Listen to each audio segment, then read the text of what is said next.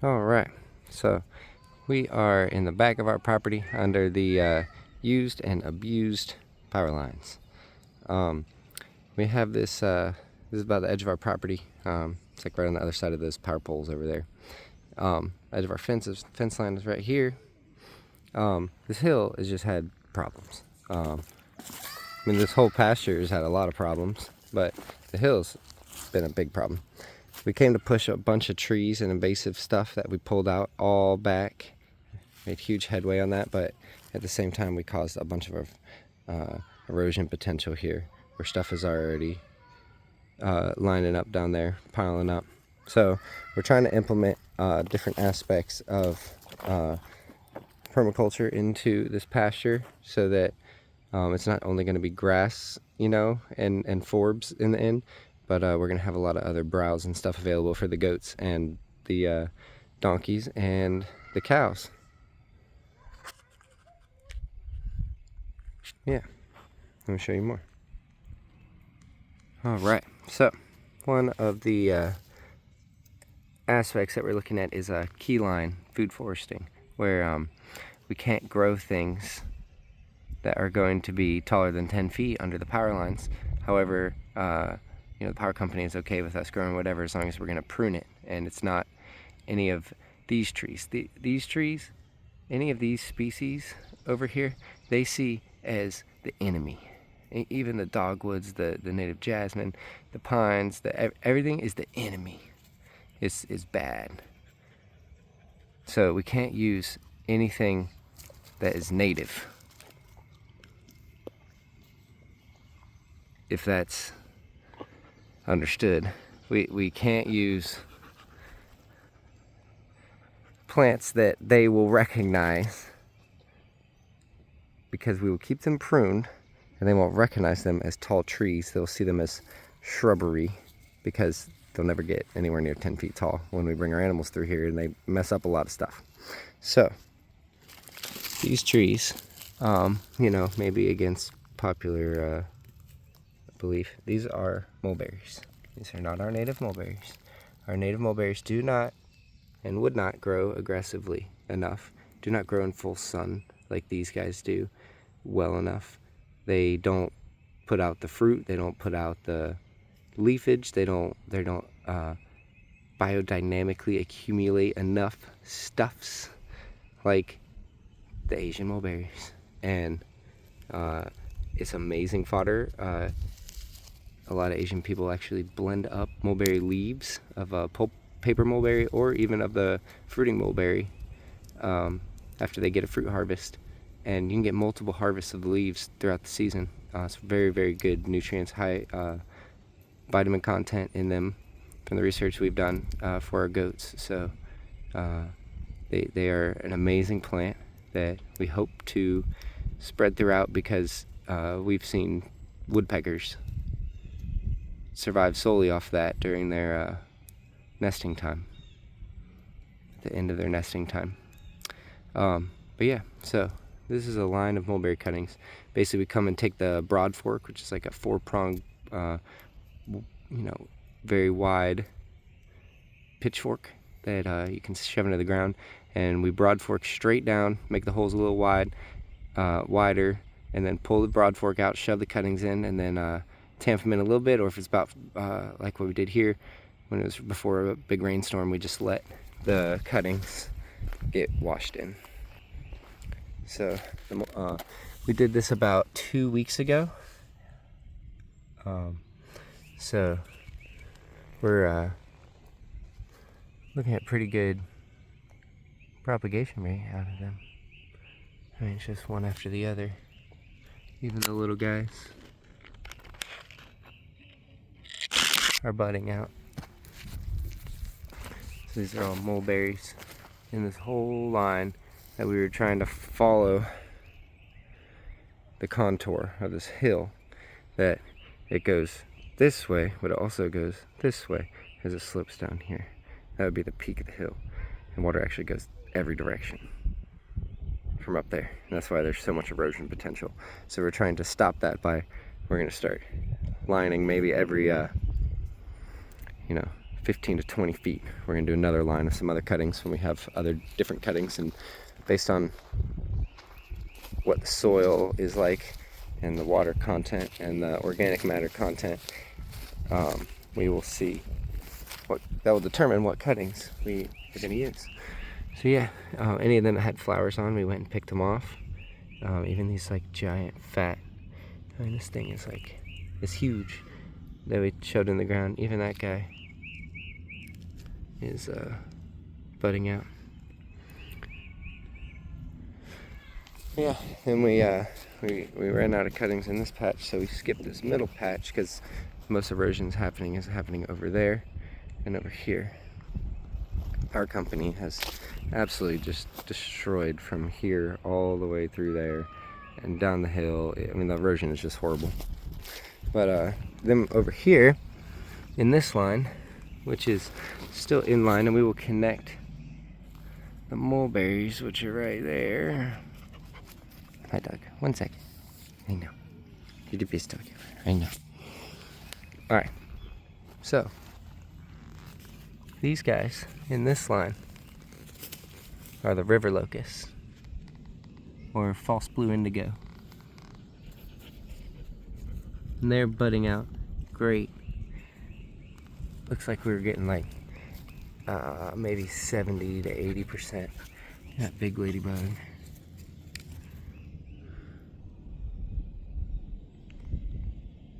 $70 to 80% propagation out of the cuttings. These guys are nitrogen fixers. They're legumes, being a locust. You get beautiful flowers, absolutely beautiful flowers that the bees love. All the native bees just go crazy. But yeah, the buds are going crazy.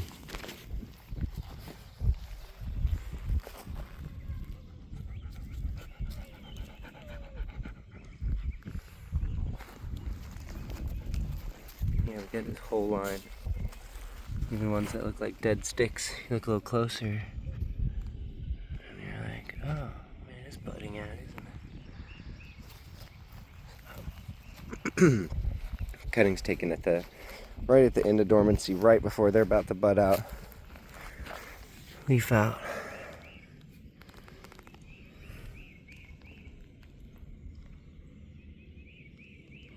Yeah, here's our whole line of them.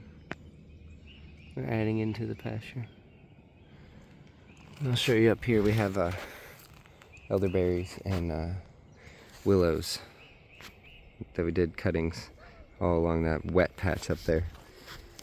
I'll show you another plant that popped up here on the hill, which we're happy to see, is a few mullein, European plant, natural toilet paper. If you dry it, smoke it, the leaves, it's a cure for asthma. First-hand experience with that. Don't have to use an inhaler. You can literally smoke this plant right here. Pick the leaves, dry that, make it a bundle of it, put in a brown paper bag, like lunch bag, and hang it somewhere. The brown paper bag will help absorb all the extra moisture. If you don't have a particular place that you have set up for drying herbs you've done successfully, you know, very, very valuable plant. Popped up, look at all the pollen. That's all the yellow pollen from the pines this time of year.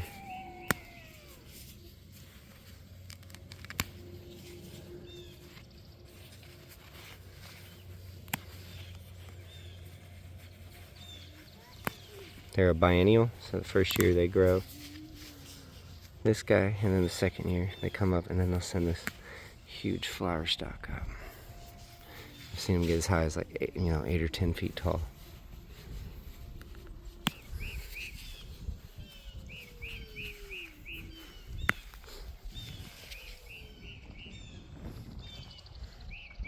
There's another second year one.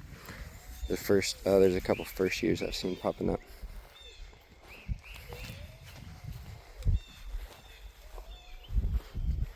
All the dogwoods.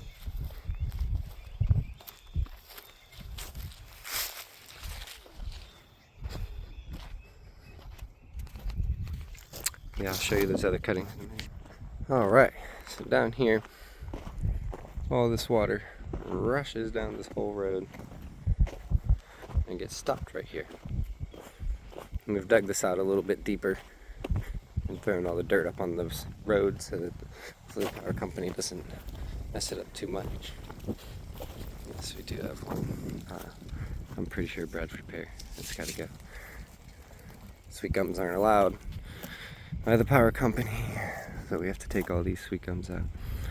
But it's not a new thing, we've been doing that. But this is where we started cuttings. We did this whole half right here. You know, way too wet for mulberry. River locust would probably do good back here. River locust might do good up here, but only if it's like a very dry year, the first year for them to establish. When we planted these cuttings, these guys were like 3 weeks ago. That's why they're a little further along than the other cuttings. These willows that are right here were in water. This water level was about 4 or 5 inches higher. So it does overflow. It will fill up and overflow into the pasture. That's why this part of the pasture is a lot more green than maybe up there. But these guys are the elderberries. These are native elderberries that we've been cultivating here, selectively harvesting, selectively propagating for the ones that give us the biggest harvest, the juiciest berries, the most rich antioxidant taste, you know, that so to speak. So we only take the cuttings of the best ones from up front, bring them back here. That's the goal. So elderberries in this whole line all along here. It stops right there. Willows start right there.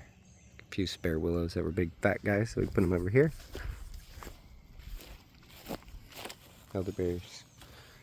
I think pretty much 100% propagation on all these. Like shoving sticks in the ground, 100% propagation.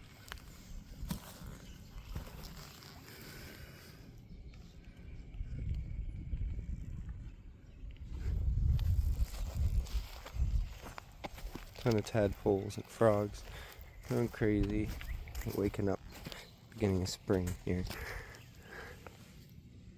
Yeah, here is one of our native willows that we've been taking cuttings of, propagating up front for a while. Couldn't tell you exactly what type they are.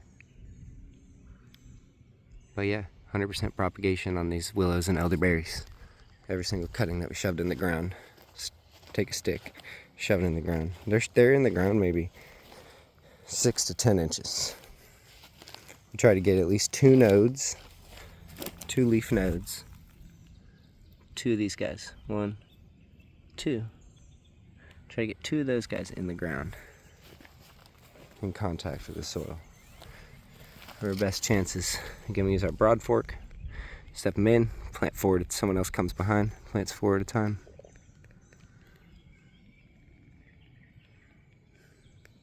Yeah. Thanks for checking it out. Hope you enjoyed. Check out our other videos and subscribe for more. We're trying to make a lot more videos this year, so thanks for checking us out.